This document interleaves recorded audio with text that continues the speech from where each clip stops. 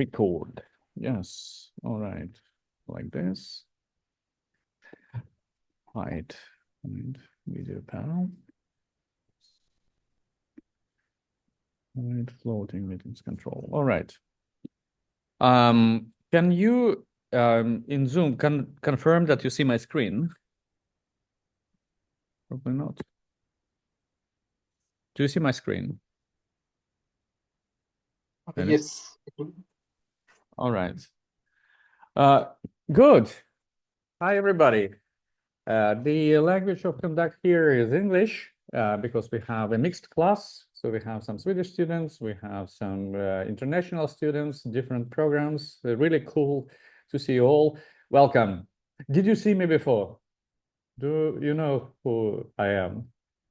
Which course you took with me previously? Huh? Security. Who took security with me? Okay, good, nice. All right, so now we are entering into my home domain, so to say, the AI. I will tell you a little bit what exactly I'm doing within AI field. But first and foremost, since not all met me before, so I think I can spend a couple of minutes to introduce myself a little bit in more details, and then I will introduce a TA, Philip, in a short while, and then I will tell you what this course is all about, and we and give a soft introduction to the problem area. Yeah, me. Originally, I'm from Russia, from Siberia. Same, pretty much same climate and nature as here in Norrbotten.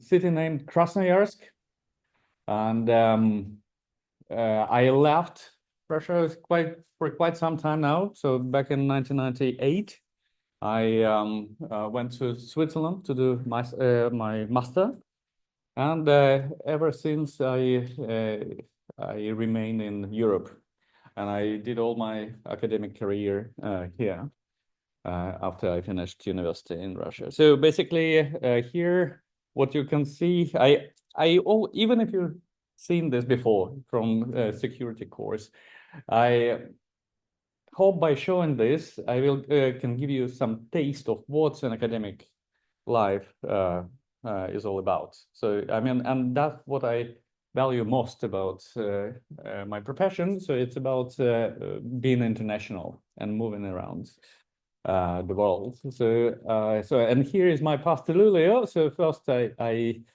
spent a year in Switzerland in its French part in Lausanne. So I did my master at the EPFL, really cool school in Switzerland.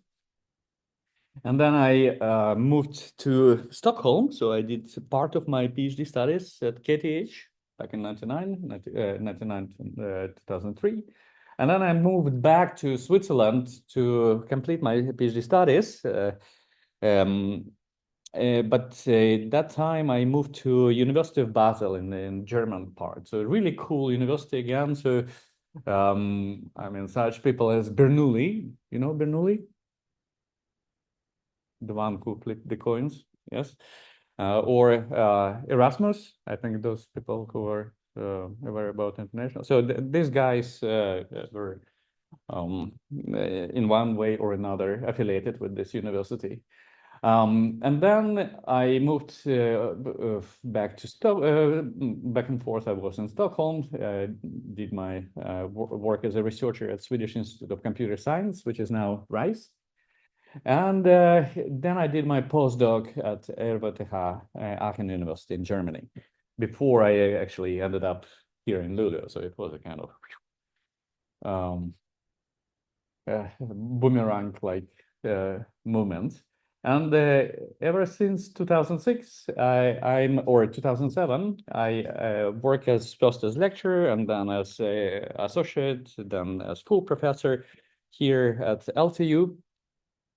And I do teaching, quite some teaching, and I do research. And what matters research, I actually have a rather broad spectrum of interests. So I started my research career in the area of telecommunications and the internet. And gradually I moved more towards computer science, algorithms, and with applications to artificial intelligence. So I prefer not to characterize myself as a pure AI researcher. Rather, I underline the computer science aspect, so the algorithmic aspect with application to AI. I will tell you a little bit more about relevant part of my research a bit later on today. But here is the list of my courses.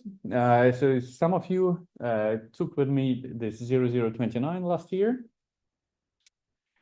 computer and network security. And so this time I give you this 0034 applied AI knowledge management and reasoning course. So this is the first of its kind at LTU. I mean, we before 2 years ago, we didn't have any symbolic AI course here. So it was, I took this attempt to create a course, and I'm still keeping on developing it. Because somehow I also enter into this domain in my research, and I will explain the challenges around this topic.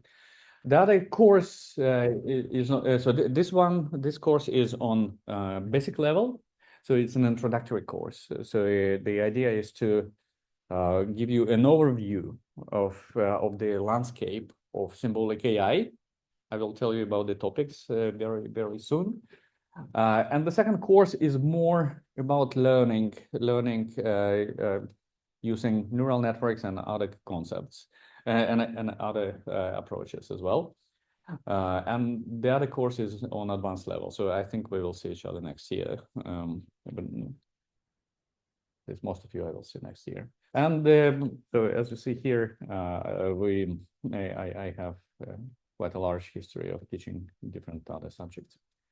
Finally, I want to introduce Philip. So Philip, I didn't ask you for a photo. I just took liberty to find one on the internet.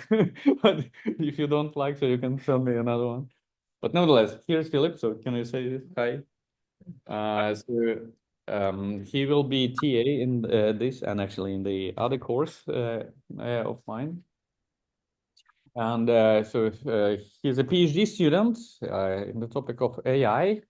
And again, so in this particular field that I am passionate about, which is called hyperdimensional computing. I will tell about it a bit later. So how, maybe, wait, let me see what I...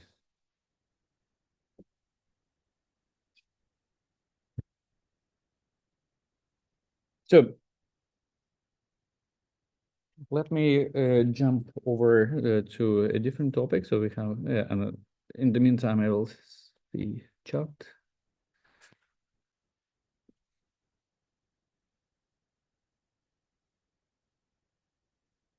This one. Connected to introduction of me and Philip. So here I want to introduce you the main means of communications with us. Again, those of you who took a security course with me, so you already experienced this. So the link to Discord is available in Canvas. How many of you have joined the server? Did you join the server? Discord? No, not yet. So then it's good to do quite soon. And once again, so I promote Discord as the only communication channel. Of course, you can send in an email to me, but I can just show you this scary number. I don't know if you see it over here. Well, if you don't see, I can read it loud. It's 55,434 new emails somehow accumulated over the years. 55,000.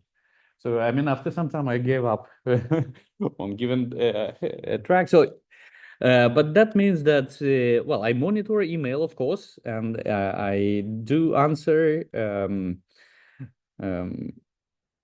quite in time. But if you don't want to, appear amongst or contribute to this already large number of unread emails, please use Discord.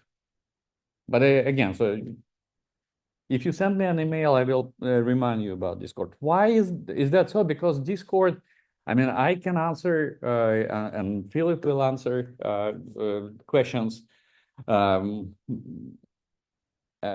more dynamically, so to say. So sometimes I even answer at evening. So, but of course,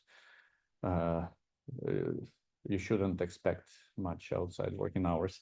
But I do my best to answer as quickly as possible. Here in Discord, so let me just show you. So this is the server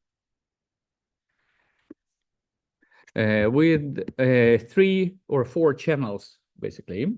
Channel 4, lab 1 and 2. So here we have 2 labs, general and channel 4 midterms. So self-explanatory.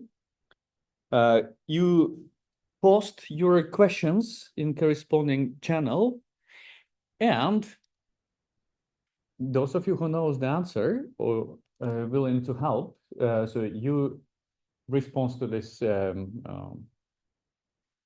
questions. So you help each other, and to motivate, to give you an extra motivation, most active users will get extra points by the end of the course, if needed. So, and it is like this, whether it is basic level course like this, or an advanced level course like the other one, nowadays lots of information exists in the internet. Moreover, you already possess quite some skills on really good level to be able to resolve some of the questions. So for you, it's also an opportunity to kind of understand the problems of others and assist with the questions. So in this way, so you're helping out each other and us interfering when needed and keeping the discussion going. In this way, we will efficiently resolve the problems. And so I use this kind of communication mode since the COVID times. So and it works really well. So previously it was Teams, Microsoft Teams, but after listening to your opinion, I decided to switch to Discord.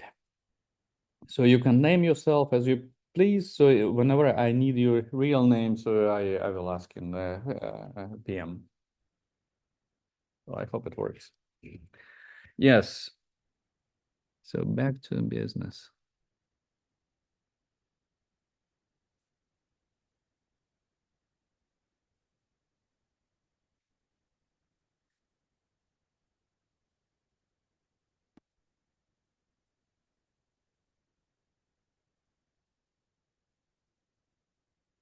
The last note about communication in Discourse. So Discord is the main channel. We have a plan. So previously we didn't have any physical session with respect to kind of labs and such. This year, we plan to have a Q&A session, a physical session with Philip towards the end, towards the deadline for the first lab. So sometimes in the end of November. So, and the same goes for second lab. I will now tell you some more details about different parts of the course.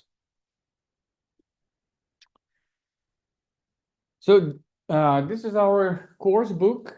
Well, the picture is taken from an older version, but any version is good enough. There might be some discrepancies in the chapters. I think in the assignments, sometimes I indicate which chapters belong to which version. If you have, I didn't check the absolutely newest version, so I used the book, the international edition with the green cover. So, but it is recommended. So basically, that what we are studying here, it exists in all previous versions as well, with some minor changes. And of course, lecture notes and Google. So that's what will help you to complete this course. About topics, I will provide you some more kind of background motivated rationale behind these topics later on. But here, what we will do. First, basically, the course is structured in 2 modules, more or less. First is about logical agents and different kinds of logic. In particular, propositional logic that we will go through in the class. First order logic, so mainly self-study in the book. And temporal logic, again, go through in the class. And yeah, and the type of reasoning one can do.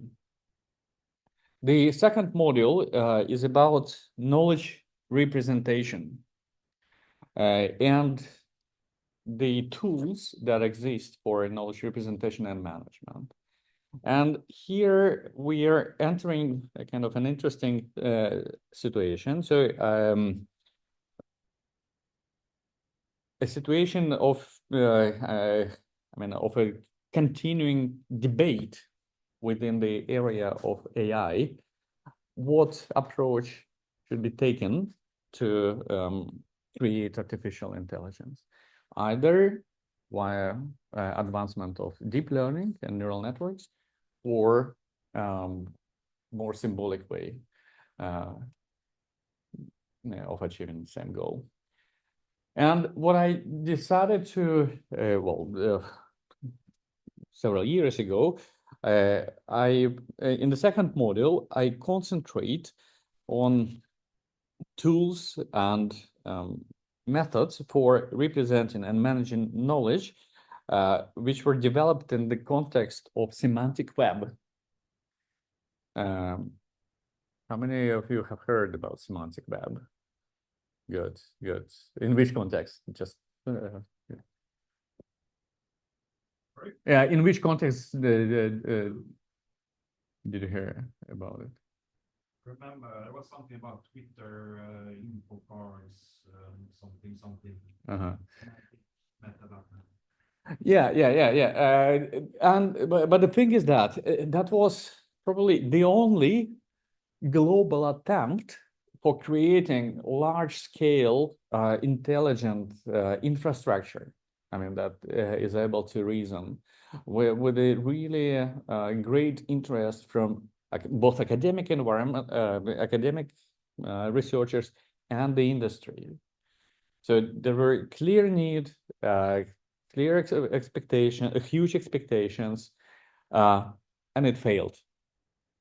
I mean, as a technology, but it generated number of tools and a great understanding on how to represent knowledge, and that's what we will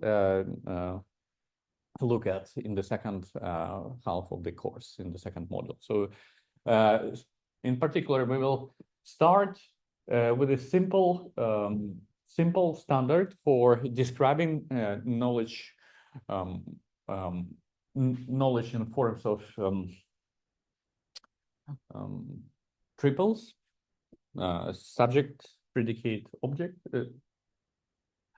And so with a resource description format. And then gradually we entered the area of ontologies. So how to describe more complex knowledge with another language, which is called OL. And then we will see what kind of reasoning is possible using these tools. And then I plan to have a guest lecture about a application of SAT solvers for in the software engineering domain. So let's see if it will happen or not. And finally, a lecture on a more advanced topic about similarity-based reasoning. So this is something related to my research. So I will give this class towards the end of the course. Yeah. Here, how it looks in time. So there will be, well, several classes and 2 quizzes. Quizzes since 2 years ago are converted to electronic quizzes in Canvas. So there will be 2 quizzes. And since last year, I made it flexible in time. So basically, you can the time for quizzes is decided. So it is written in Canvas. And what you can expect on this day is that the quizzes will be available for 24 hours, time limited quiz. So you can take it anytime you want. It's an open book quiz, as you understand. So since you are not in the room and not monitor it, so you and I don't have any assumptions on what you use. But if I were you, I would limit the sources which you use to course book and lecture classes, lecture notes that I will publish after each class. So I try not to go outside the scope of these materials.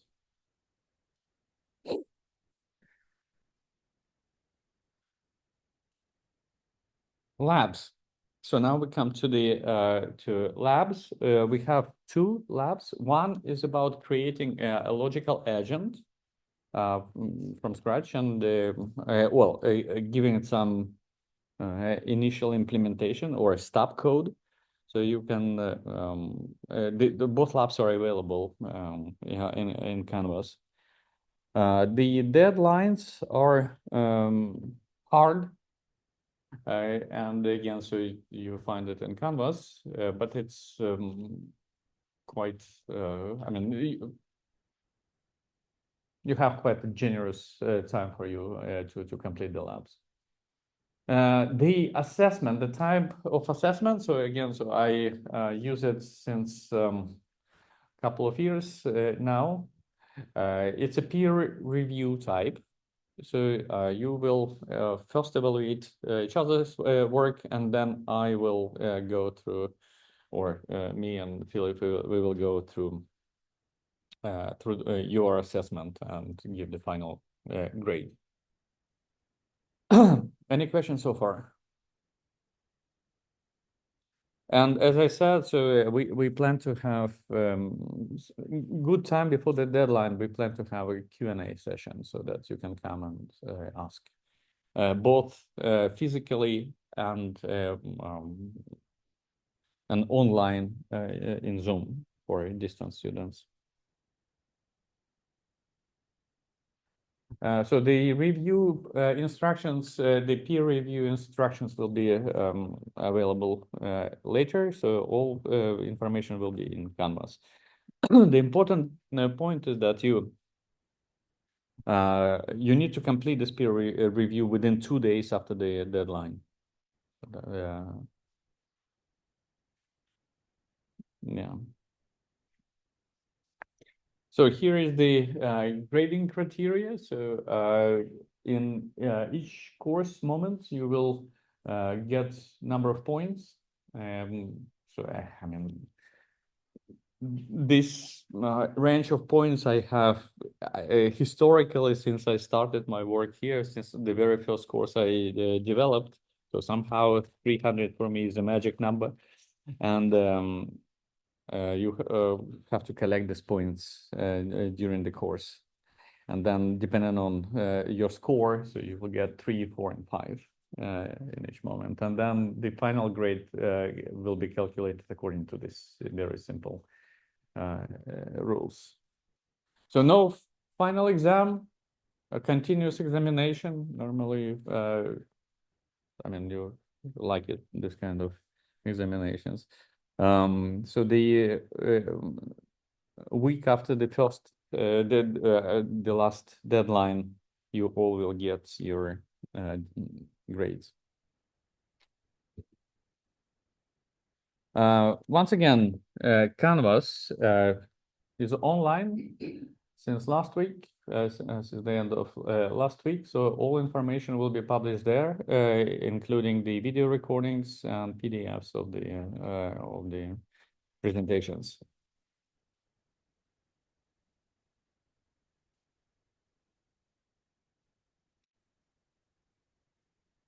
Right. Any questions on the logistics? No? Good. Then let's start slowly diving into this problematic of knowledge management and representation. And before, just to give myself a break talking, I want to ask you, so what is AI for you? I mean, so here you are studying a dedicated program, a master program of different kinds, and AI is a buzzword today. So everybody do AI. So what is AI? So first associations that come to your mind. So what is AI? Can you dump some phrases on me so that I can write down? AI. What is AI? So first things come to your mind.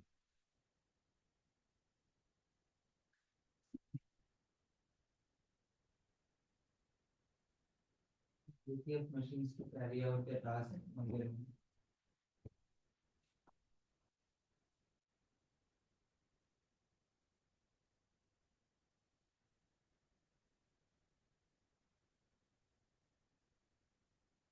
own. What kind of tasks? Working on in the like usual regression problem, like the most simplest regression problem is predicting house prices. So that is predicting house prices. So if we go now, Gen AI is generative AI is along in the talks, creating content, creating images. But the chat GPT is also in the talks nowadays. So it talks to human like in the natural language. We ask questions and answers. And then what as we want to carry out, we carry out this practice. More ideas?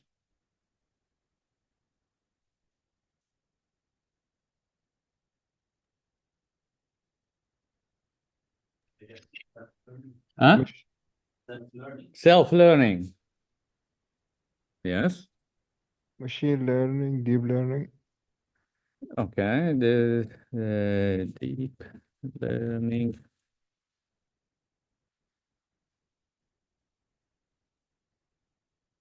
Yes. All right. Yeah. I mean, so there is no unique answer I'm expecting here, obviously. I mean, so everything what you say, and even everything what you don't say, but you or you're hesitating to say, is correct by definition. But so what? Uh, I'm just trying to narrow down this. Discussion to the direction of the topic of this course. And to do this, we still need to kind of define, so what is intelligence that we actually artificially try to recreate? Um,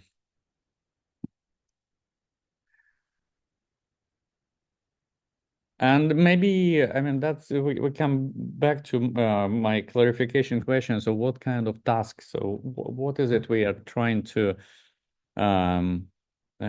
model here? So, and what is the layout of solutions, and why what we are studying here is important anyways, or to which extent it is important. So AI, whatever we are talking about today in 2024, so it's all started back in 1950s, right, with the incredibly powerful computers of that time, or maybe not. So just somewhat earlier than 1950s, it was actually a breakthrough work of modeling, of introducing a model of artificial neuron. So that was a kind of pioneering work that looked at how brain is operating when taking decisions of different kinds. And then, the first boom of AI was cybernetics, depending on, I mean, which part of the world you are asking. So it started around 1950s, 1960s with this famous Dartmouth seminar. So where Minsky, Newell, and others defined the scope of AI, gave a definition. But again, so coming back to the tasks, so now when I'm talking about this, this is not something that I will something eye-opening to you, but I want you to reflect to all these technologies that we have presently in form of prior to all OpenAI models, generative AI. I mean, if we talk in technical terms, or ChatGPT if we talk about products. So think about it, to which extent so the state-of-the-art technology and models is able to model this. First and foremost, so I mean, this figure is very important. So this is, I think, the formalism that you need to have in mind when you talk about AI. So the notion of agent. So agent in its generic form, well, it's an entity that perceives environment through sensors and acts upon the environment through actuators. And again, so this is the very kind of generic definition. What is an environment? And here we can have, well, we have plenty of instances of the environment. It can be a physical environment like we have around us, and an agent would be a piece of software embodied in some robotic mechanism. So we are talking about, for example, a robot navigating through a physical environment, sensing it through, say, video cameras, lidars, you name it, understanding the environment, understanding its place in the environment, and then modifying or acting upon the environment. So, and again, acting dependent on internal goals and such. On the other hand, it can an environment can be an entire space of digital information that we have, the internet. So with all the textual documents, HTML documents that we have produced since the beginning of 1990s, so these texts, so they contain useful information. And in this case, we are talking about a pure software entity that is able to kind of make sense of this information. And automatically do suggestions, for example. So again, anything. An agent can be what can be an agent? If we talk about us humans as and our actions in our day-to-day context. So what would be an agent acting upon us as an environment?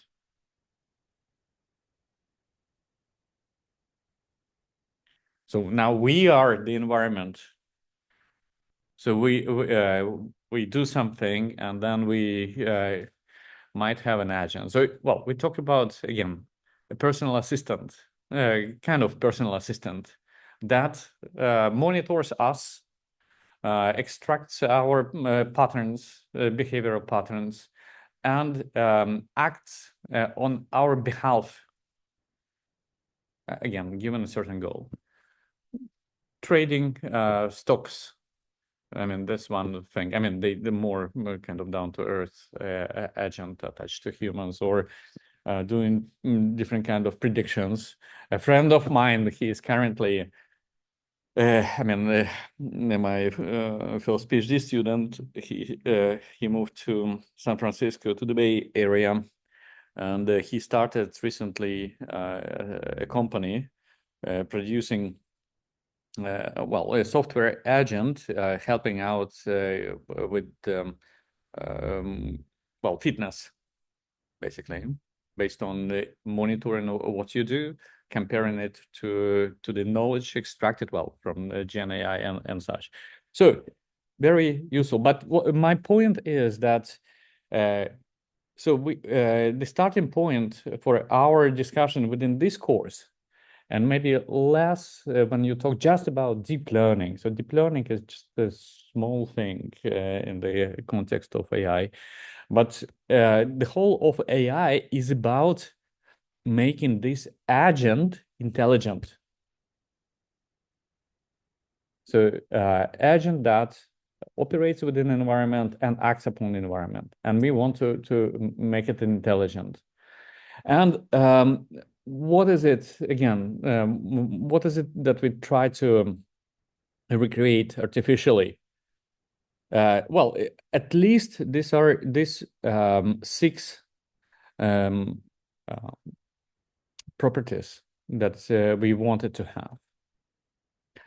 Goal orientation, reflection on rich, complex environments, operation on large amount of knowledge, usage of symbols and abstractions, flexibility as a function of environment, and learning from the environment and experience. So again, so these are the categories of our biological intelligence.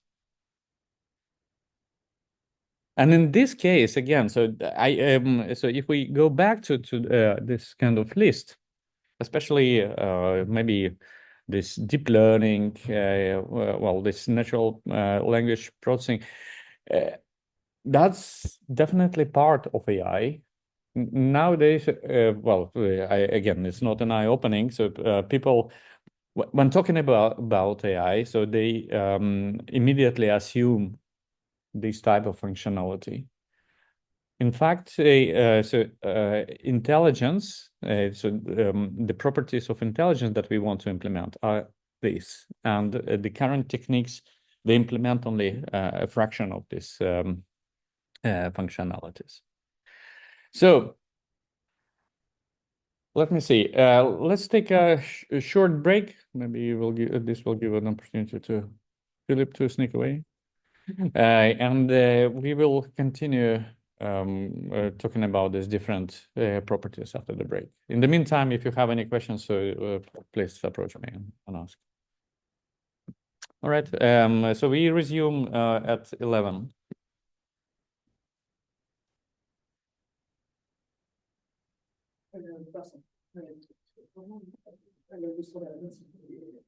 Yeah.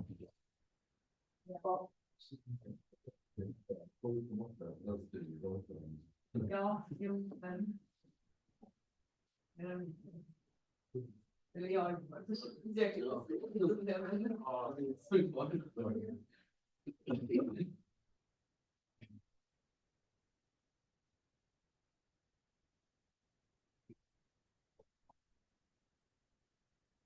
Hallå. Du nämnde installation assignments och paper assignment, men vi sa att de ska gälla också. Ja. Men det står på Canvas. Ja. Det är lite grann som säkerhets. Ja, fast jag hade inte bestämt mig vilken paper ska ni reviewa. Så jag tänkte, jag kan avslöja lite grann. Så jag tänker att ni skulle titta på just kritik av generative AI. Så i vilket mån adresserar det de symboliska problemen. Så det blir en liksom huvudpaper som man läser och sen en av de referenser inom. Så det är som att man refererar till den. Ja. Okej, ja men bra. Ja.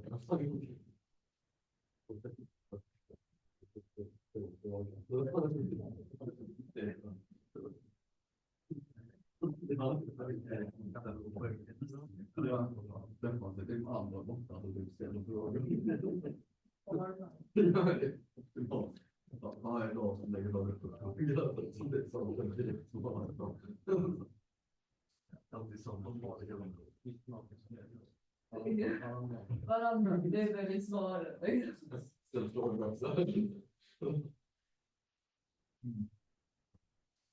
Excuse me, are the elaborations like Python programming or okay? First lab, not the second one. The second one is OL, so the ontologist language, web ontologist language. So that we will talk about, and a special tool, which is called Protege.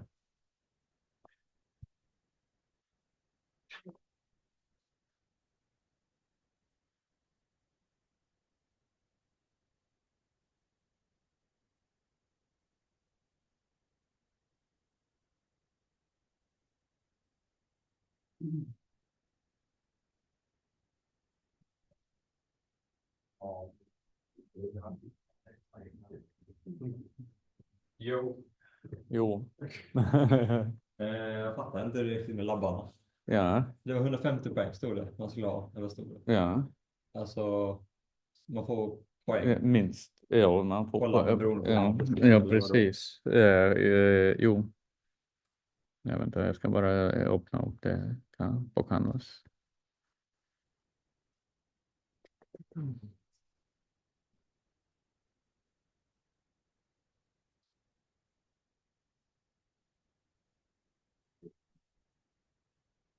En är 150 och en är väl 50. Ja, precis. Men ena är större än den andra. Okay. Så totalt, just det, totalt är det 200 poäng. Och ett 100 poäng till, eller 50 för varje labb, får ni för peer review. Okay. Så att stimulera att folk verkligen gör det. Okay. Så det så bara att göra labbar så man kan bli godkänd. Så man kan få 200 poäng. Okay. Utan att göra peer review. Om man vill ha högre betyg, då gör man peer review. Men labbarna kan man börja med redan direkt, eller? Jo då. Man behöver inte vänta, så labbarna är här. Okay. Men sen, det är bara jag labb 1 och sen labb 2, eller inga konstigheter? Nej. Alltså, eller måste du gå igenom 55? Nej, vi ska inte gå igenom. Så det är bara läsa instruktioner och göra dem. Yes. Och sen säkert du kommer få frågor. Ja. Så då kan du vända till Filip. På Discord.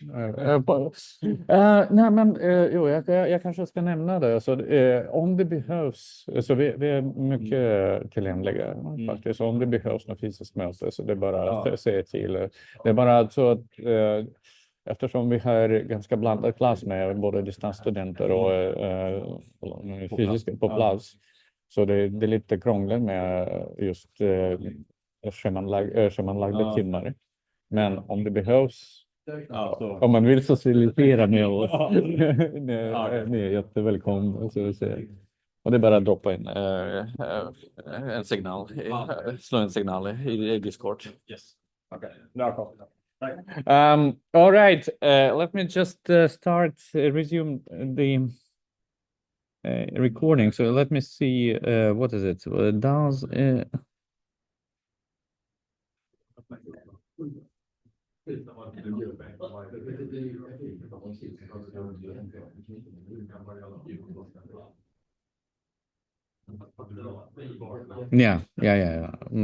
That's a great addition, Tom and Zeb. Let me see. There were a couple of questions here, which I probably forgot to mention when I introduced the logistics around the course. And the first one concerns assignments, and the second one concerns labs. So that's, I think, maybe worth iterating again. Assignments, so let me see. There will be in total of 3 assignments. So assignment 1 and 2, they are created for you to stimulate reading. Really, I mean, this is similarly to networking course. So you read a chapter or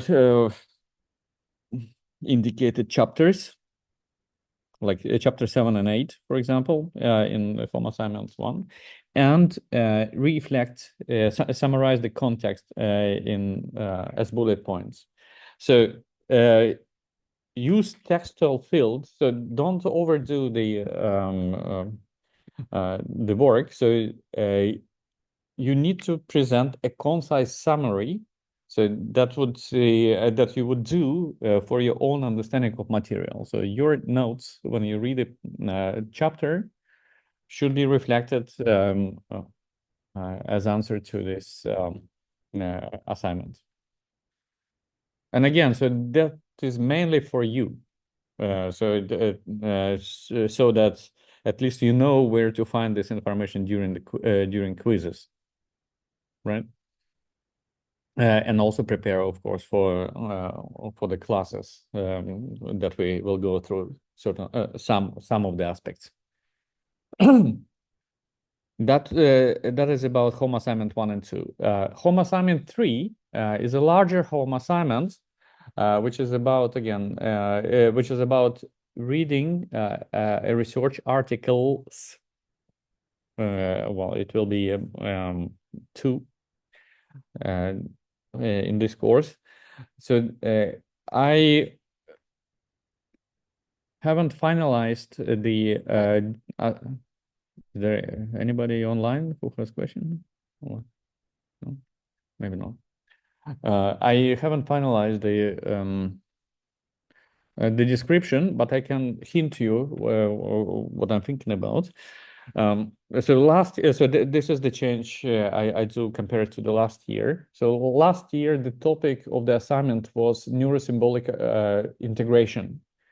So this is one of the hot topics within AI on how to integrate neural networks and symbolic like reasoning. So it's a rather broad field with different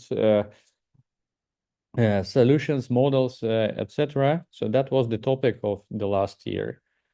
This year, I want to change the focus for this analysis and let you to look into the domain of Gen AI, and specifically its criticism with respect to symbolic operations.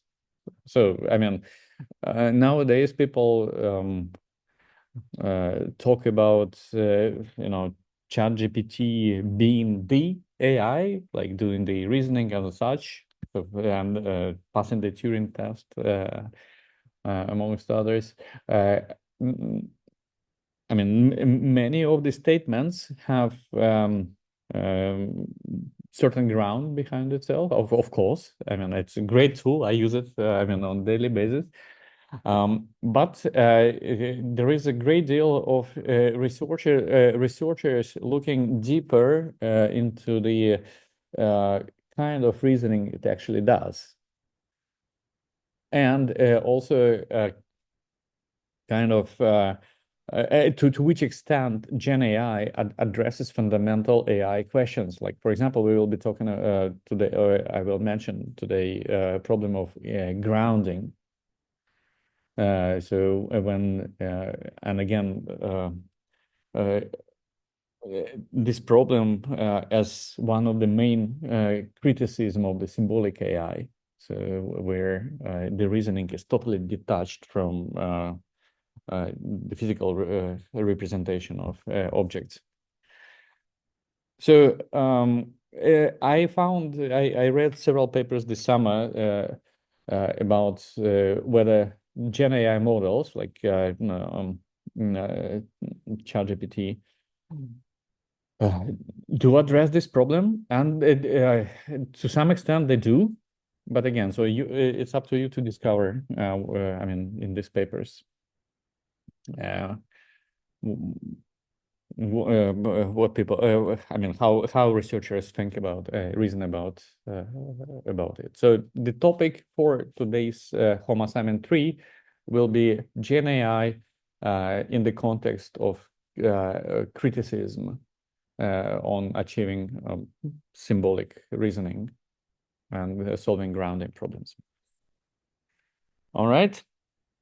And so that was the message about home assignments. Then regarding labs, so that was a totally valid question. So you know how to count. So here we have so 2 labs give you in total 200 points.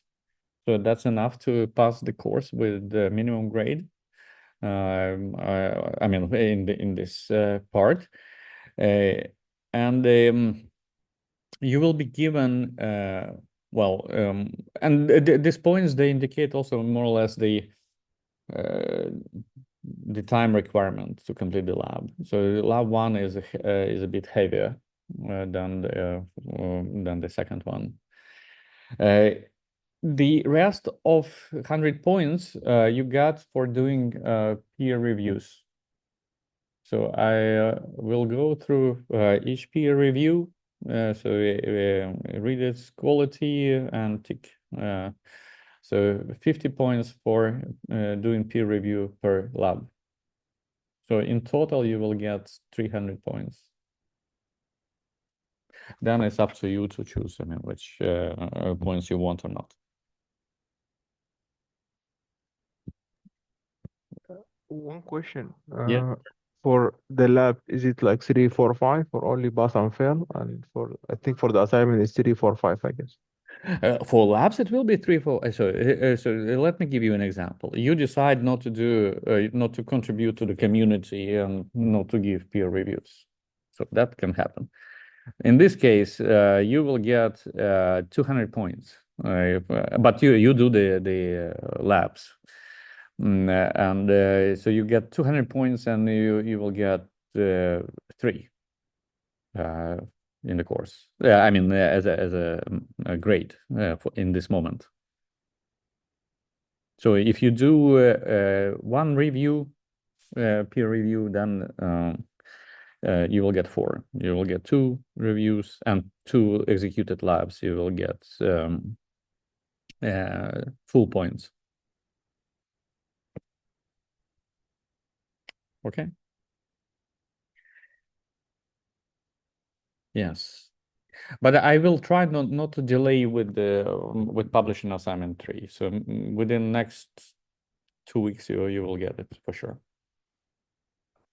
And the way how you do it, so I expect a PowerPoint presentation that will be for my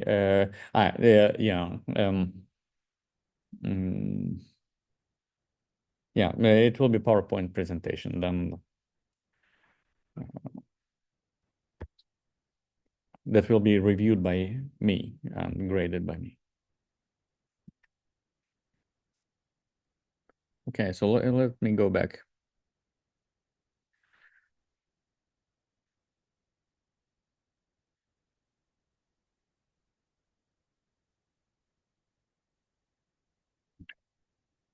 I lost my mouse somewhere. I'm sorry, I lost my, oh, here it is.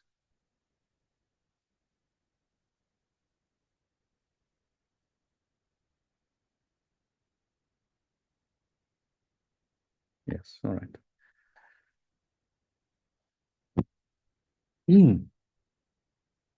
So let us go quickly through what I mean by these categories that we talked about before the break.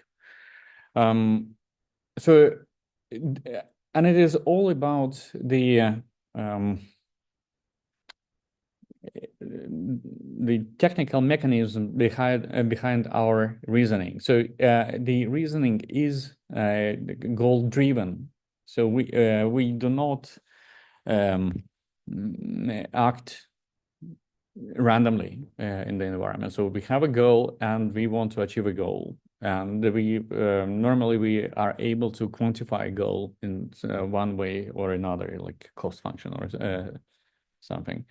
And so we want to do even when doing reasoning. And then reflection on complex and detailed environment. So here we are entering really into the need or into the domain of the symbolic representations. So the actual environment, the real environment, is very detailed, and it is so much detailed that it would require lots of it requires lots of data to describe it. Yet we as biological human intelligent agents, we are able to do abstractions and operate on first on subset of information and then on severely downsampled representations and sometimes, as I said, abstract representations. Talking about this, so again, so reflect on an ability of deep learning, what is currently attributed as AI, to achieve this at least, well, at least partially.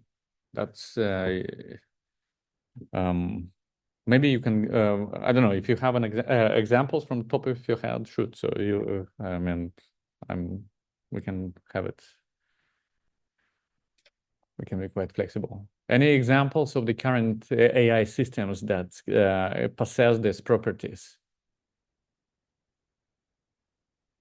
If you reflect on the, say, ChatGPT or whatever this. Maybe one glimpse of this property you observe in image generation. So when you kind of text to image generation. So when you specify, okay, draw me this, and then hopefully it will produce something what you want, but only a glimpse of it. So and most of the time, so it's very artistic, but I mean, so to say, the neural network minds its own business, so to say. Well, I think all of you have some funny stories about image generation. But nevertheless, so this is of this type of symbolic neural interaction that is not fully implemented yet. So that's an open research question. And connected to the previous property is the property of abstractions and symbols. So and so it is defined as having limited exposure to certain species of certain kind, we're able to identify new samples. And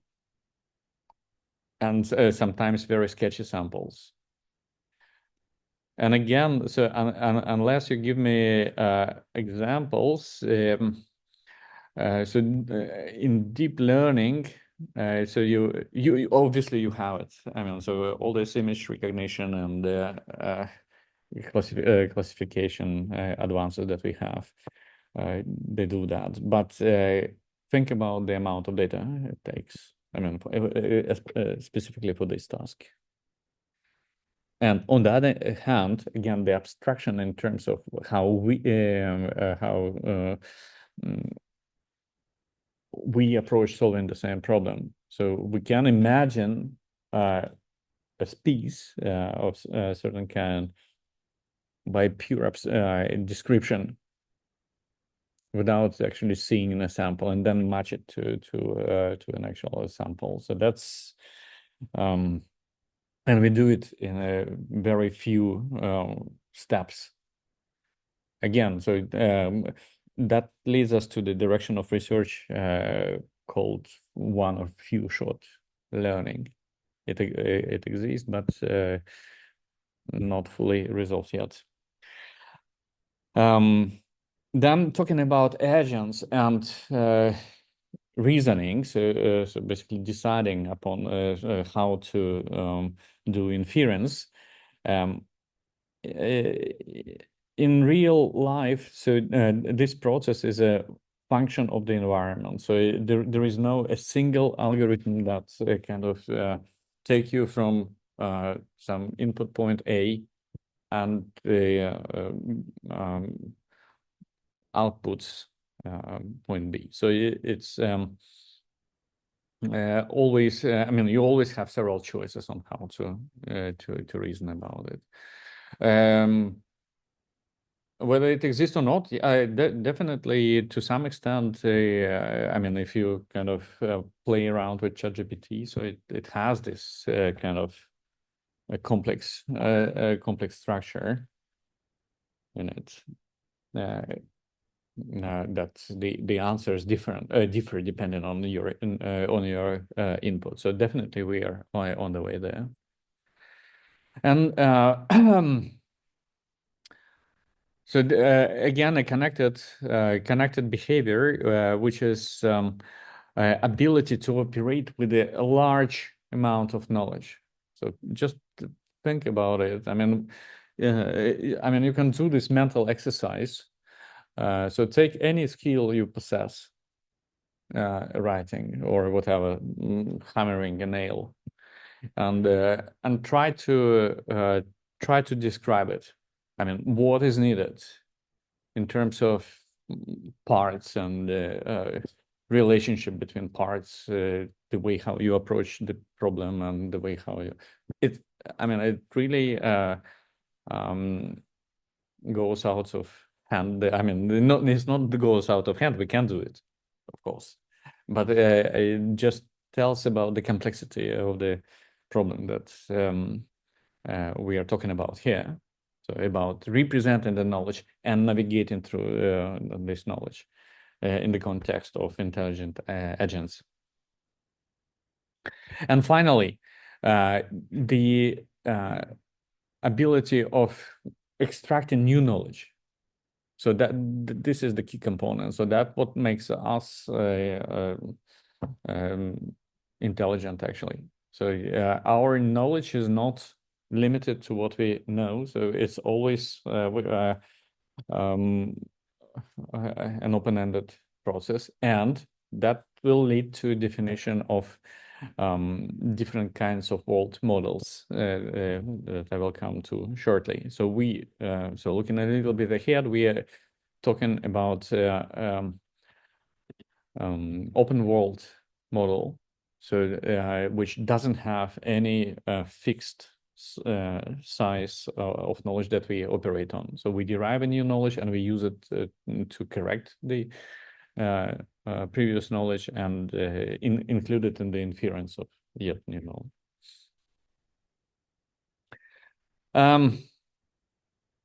Yeah, and then finally, so we are so that was the behaviors that we want to model in AI, and the last thing we want to implement is the process. This dubito ergo cogito ergo sum. So thinking. So this is a continuous process in AI. So all current AI systems they are task oriented. So the reasoning ends where the task ends. I mean where your question ends, and in human or in biological intelligent agents, so it's a constant process that is that doesn't stop ever. Some interesting stuff. Again, use this course. I mean, we will look into some particular technical areas of knowledge representation and reasoning, like logic and such. But use this course a little bit to think about AI broader than deep learning, broader than neural networks in general, which is well, not only deep learning, but I mean nowadays for example, this neuromorphic computing is gaining momentum. We're still looking at this interneural operation. So here again, use this moment to kind of broaden your understanding of AI. And I found this books kind of interesting in the context of fatalism of AI. So whether AI will conquer our life or it will steal all our jobs. Well, I didn't read myself this one, but I mean they are kind of first and the third one. I read the superintelligence book. So it's an interesting philosophical work. And actually, again, talking about this kind of questions, so the people, you know, if you read media and the informational sources for layman, so I mean there is a lot of mysticism in there. So these books here, they are written by researchers. So I can specifically I can tell about this Nick Bostrom. So he's of Swedish origin but lives in Canada, and so there is an entire direction in the philosophy called transhumanism. So that's this is the work from this end. So so it kind of the Matrix movie like work, but from standpoint of philosophy. So that's kind of interesting stuff. Final suggestion. I don't know if you have listened or not, but Geoffrey Hinton, the Nobel Prize winner this year. So he himself, I found it quite interesting. I mean, he is quite, in parts pessimistic about the future of AI and humanity. So have a look at this talk. Yes. See. Now, again, so today I'm very verbal, but I mean it is meant to be like this. So starting from tomorrow, I mean from the next class we will be kind of converging more towards logic, and we will do the some formulas. Some of them you know from the previous years. For some of you it will be new material, but we will be quite technical. But today still I want to place the content of this course in the context of this debate of two camps of AI. So the connectionists and the symbolists. So connectionist approach to artificial intelligence.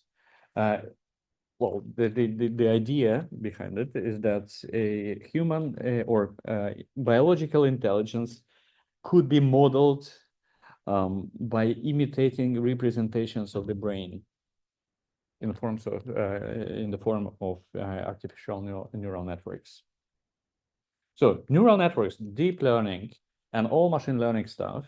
Well, neural network-based machine learning stuff. So it is all developed in this part of AI.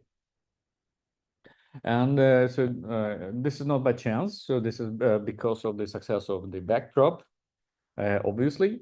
So there is a good reason. So very good accuracy and ChatGPT, fantastic. Lots of money invested in this direction. Nobel Prizes are given. So this is the current winner. But AI, as of 1950s, so it more started within a symbolic way of modeling cognition and intelligence. So manipulating symbols, logic, logic rules, abstractions, inferences, etc. Playing games like chess and such. It was very at that time. So that was the probably the dominating approach until the first AI winter and before the success of backprop. But so it can be characterized by relying on logic to model knowledge and based on well understood rules. So, and that's obvious approach. I mean, this approach reflects upon our ways of reasoning, and we do reason logically. And and logic was part of it was subject of investigation since ancient mathematicians, right? So that's kind of and you can solve many useful tasks using these approaches. But nevertheless, it appears still that well, obviously each approach has its own limitations. And actually, the current Gen AI, or I mean, these commercial models, they are not pure neural networks. So sometimes, I mean, there is a great deal of rules in-baked in the decision-making process. So in the pipeline. So the current development vector is somewhere in between. And again, despite the fact that we do have Gen AI models or large language models, this integration is still one of the main AI challenges. So it is not resolved. It is not at all resolved. So, and here we are only opening a box of available solutions. Again, if you are interested in the different research and their directions, and there are many, so read about neural symbolic integration. Then you will be ending up here. But what is the main again? What is the main criticism? I just want to kind of put this challenge on you to think about. So Gen AI neural networks, they do exhibit these properties of intelligence partially, but most of them that we talked about before. But at what cost? So So there is a scientific study about the sustainability. So now I'm drifting into this not computer science related area, but that calculated the CO2 footprint for training. At that time, it wasn't even a large language model also, but it was, well, a predecessor to it. And the result was that to train this model, so the energy spent was equivalent to energy required for the entire life cycle, production, operation, and destruction of 5 personal cars. So that's and I mean, this is one concrete example, but again, so you all know that this large neural models, they're very resource hungry. So again, that's why NVIDIA is also on the top, selling lots of their stuff to it. But the challenge is that we humans, but again, we humans are very complicated creatures. Biological organisms, they can do lots of stuff that address or that exhibit these properties of intelligence at a fraction of energy that is required for neural networks to be trained. And here again, on the level of telling stories, if you are interested in this direction, I can give you some concrete references. I collaborated with a group of biological behaviorists from Melbourne, from RMIT in Melbourne. So his name is Adrian Dyer.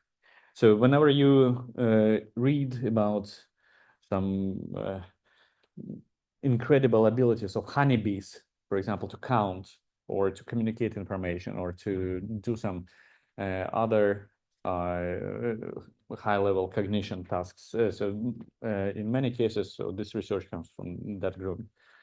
And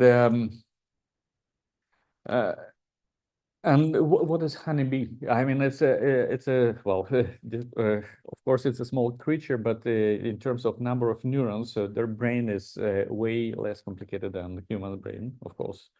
Their life cycle is orders of magnitude shorter, and yet they can learn abstract concepts in just few trials.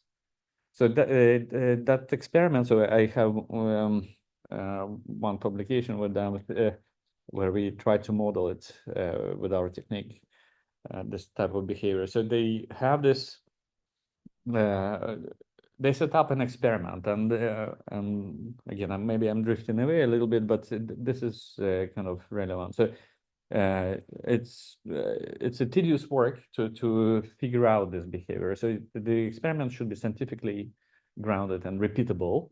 So, but the experiment was rather easy to describe. So it was a maze, like so a bee flew into a maze, and it was a Y shape. So it was 2 corridors. So it split it into two pathways. At the end of one corridor, they put a sweet, sweet essence, and something bitter at the other end.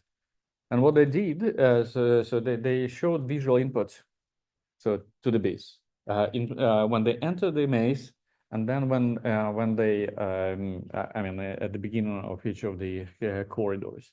And on these figures, they showed on these pictures, they showed geometrical shapes arranged in a certain pattern. For example, a red triangle on top of a blue circle. So basically, modeling these abstract relationships, like above, below, left, right. I mean, to us, it's I mean, it sounds obvious, but I mean that's really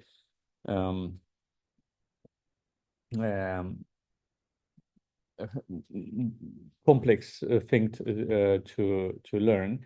And what they found is that honeybees were able to master this concept, left, right, above, below, in just maybe 30 trials. 30 trials, and they learned, I mean, what pattern will lead to the sweet instance.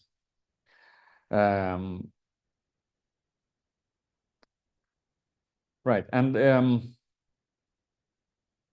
two comments with respect to these experiments. First of all, so neural networks do not have these abilities. I mean, to learn this relationship unless you actually manually impose certain restrictions on what to learn. So do some inductive bias when you're constructing a neural network. So just a neural network, whatever layers you have, to learn this relationship, it will you need tons of examples and specially designed closed functions. So here, definitely, it was an indication that of few shot learning. And secondly, maybe again, so that is less relevant to the knowledge representation, but talking about the accuracies. So, for example, in neural networks, so the accuracy. So when people talk about the performance of models, so they talk about very high accuracy, that the model must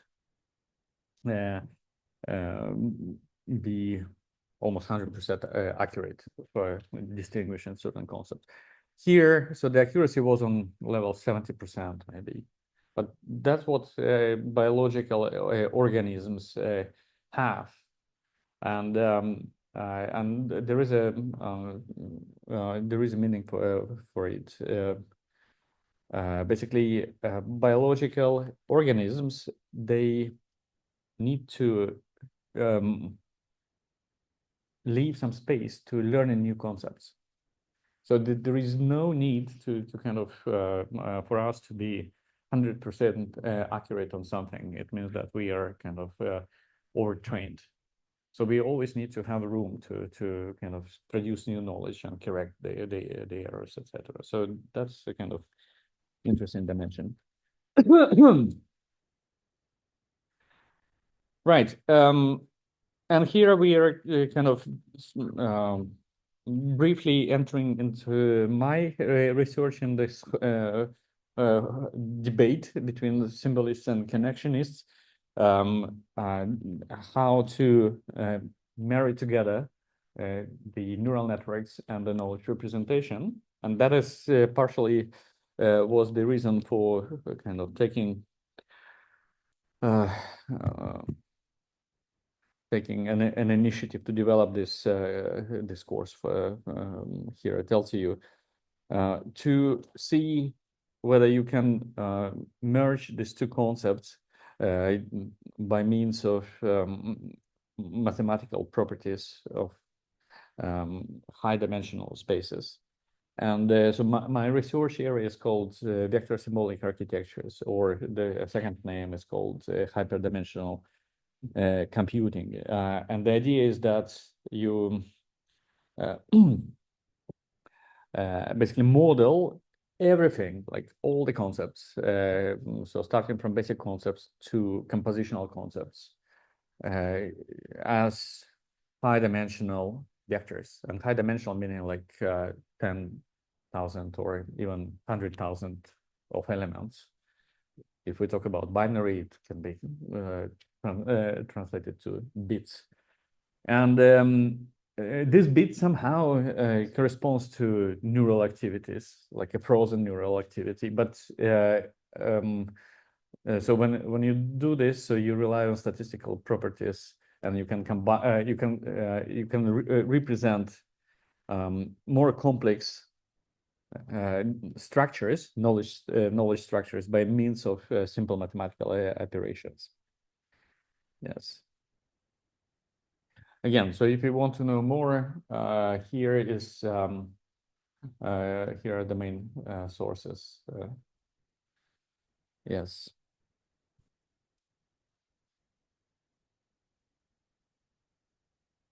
Right. Let me see. So we don't have to much time on it. So I want to kind of now narrow down the discussion. So we talked about AI or intelligence in general, like what are the behaviors we are modeling. It's having them as a kind of goal for artificial modeling. That is the goal of AI, and talked about different aspects or different approaches to its modeling. But now let us talk about applied AI. So we are, I mean, in this course, we will be talking about information technology. So, so if you dissect this IT into concrete terms, so we are talking about, well, computing technology, the information that exists inside the system, and the user that consumes this information.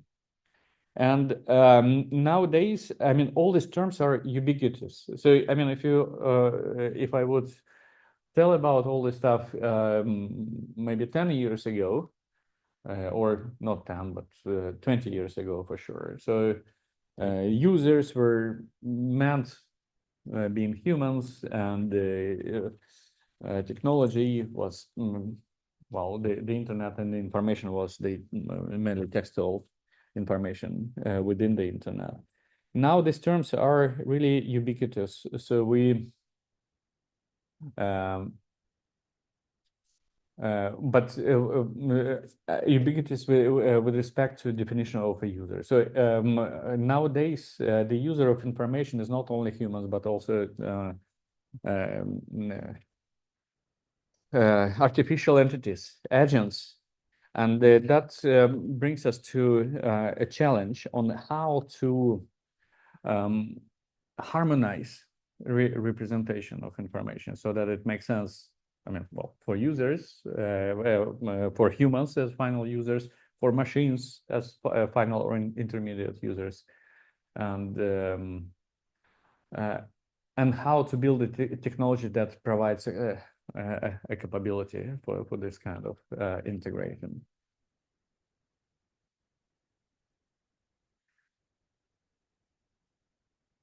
So already now, so it's, I mean, it exists at this very moment. I mean, all our IT systems, they are heterogeneous in interacting and such. So whenever you book a flight, whenever you do Google requests or whatever, so there are plenty of software agents really involved that communicate between each other to deliver final product to you.